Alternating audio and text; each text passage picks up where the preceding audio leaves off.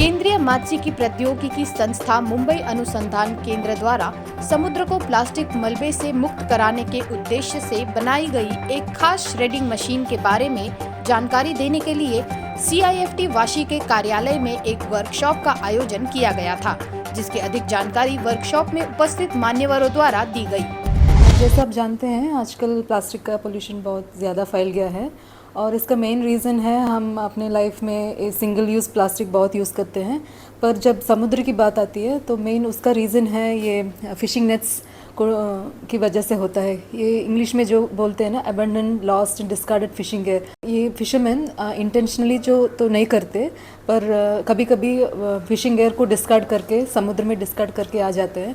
तो इसकी वजह से एक गोस्ट फिशिंग करके एक फिनोमेनन होता है जहाँ पे ये सी एनिमल्स वो फिशिंग गेयर में फंस जाते हैं और मर भी जाते हैं। तो ये सब स्टॉप करने के लिए ना गवर्नमेंट की तरफ से बहुत सारे मेजर्स दिए गए हैं। फॉर एग्जांपल ये सिंगल यूज़ प्लास्टिक को बैन किया, पर अभी ये बैन से कुछ नहीं होगा, वो सोल्यूशन नहीं है। तो उसके लिए हम रिसाइकलिंग का एक ऑप्शन हमने निकाला। तो यहाँ CIFT में इस मशीन का एक हमने डिज़ाइन करके बनवाया है। इसको श्रेडर करते हैं, तो प्लास्टिक नेट्स जो डिस्कार्डेड रहते हैं तो उनको लेके श्रेड करके उसको रॉ मटेरियल बनाते हैं बीड के फॉर्म में। और ये अपना एक कंपनी से एक टाई अप भी हुआ है जो ये मटेरियल, ये रॉ मटेरियल खरीदने के लिए तैयार है। और इससे हम ये करना चाहते हैं कि जैसे वेस्ट से वेल्थ हो गया, तो ये रॉ मटेरियल से अभी बहुत सारे मटेरियल्स प्रोडक्ट्स बना सकते हैं। जैसे कि हमने हैंडीक्राफ्ट्स बनाए हैं इससे।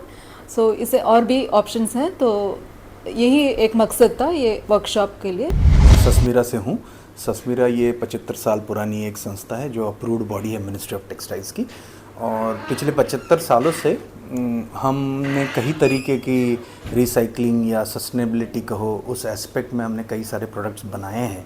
हमारे इंडस्ट्री के थ्रू हमने टेक्नोलॉजी प्रोपेगेट करने की कोशिश भी की है। और अभी जो मरीन वेस्ट है उसके रिगार्डिंग हमारा एक भारत सरकार, महाराष्ट्र स्टेट गवर्नमेंट के साथ और CIFT मिलकर हम एक बायोडिग्रेडेबल फिशिंग नेट बनाने के प्रोजेक्ट पे काम कर रहे हैं। तो ये एक हमारा एस्पेक्ट हुआ। दूसरा, एज ए इंस्टीट्यूट, क्योंकि हम कई सारे टेक्निकल टेक्सटाइल प्रोडक्ट में डील करते हैं, तो हमारी ये सोच है कि टेक्निकल टेक्सटाइल्स में कैसे सर्कुलरिटी लाए, कैसे सस्टेनेबिलिटी लाए, कैसे कैसे सस्टेनेबल प्रोसेसेस को इंट्रोड्यूस किया जाए, इस माध्यम में भी हमारे इंस्टीट्यूट का फोकस है। और इसके अलावा क्योंकि कल सस्टेनेबिलिटी कल की ज़रूरत होगी, और हमारे इंस्टीट्यूट के, जैसे मैंने कहा कि हमारे 75 साल अभी पूरे होने वाले हैं, तो जनवरी में हमने इसी अवसर पर हमने एक life cycle assessment of this technical textiles का एक बड़ा प्रोग्राम का आयोजन किया है। इसी माध्यम से मैं आप सभी को इनवाइट करता हूं और आप हमारे उस मेगा इवेंट का ज़रूर आप भाग लीजिएगा। उसमें आपको हमारे कार्य क्षेत्र के विस्तृत रूप में सारी जानकारियाँ मिल जाएंगी। सर, महाराष्ट्र शासन मत्स्य व्यवसाय विभाग CIFT के साथ कोलैब करके हम ये बायोडिग्रेडेबल नेट बनाने की कोशिश करेंगे, जिस वजह से ये प्रॉब्लम हो रही है, जिस वजह से प्लास्टिक के नेट यूज़ करके प्रॉब्लम हो रही है, तो बायोडिग्रेडेबल नेट से ये काफ़ी कम हो जाएगा। और ये जो नेट पहले से यूज़ में आ रही है, जो अभी भी घोस्ट फिशिंग के तहत अंदर चल रही है, उसको कलेक्ट करके हम उसको रिसाइकलिंग और उसका रीयूज़ करेंगे। हमारा रोल ये रहेगा कि सी के अंदर बहुत सारी चीज़ें बायोडिग्रेडेबल भी होती हैं।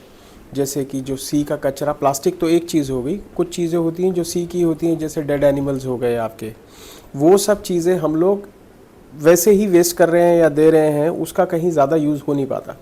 तो उसको लेके CIFT के साथ मिलके हम लोग उसको डाइजेस्टर में डाल के एक प्रोजेक्ट करने के मूड में है। डाइजेस्टर में डाल के उससे मैन्योर बनेगा और जो मीथेन निकलेगी उसमें से, उस मीथेन को अपनी मशीन के साथ चला के वेसल्स को हम ईंधन देने का काम कर रहे हैं। तो जो मीथेन अदरवाइज़ जब आप बायोडिग्रेडेबल कोई भी चीज़ करते हैं तो उससे मीथेन जो निकलता है, जिसको एक दूषित गैस माना जाता है, उसको हम ईंधन की तरह CIFT के साथ मिलके करने की हमारी परियोजना है। वीडियो जर्नलिस्ट अथर्व के साथ फोरम जोशी की रिपोर्ट, जनता न्यूज, वाशी, नवी मुंबई।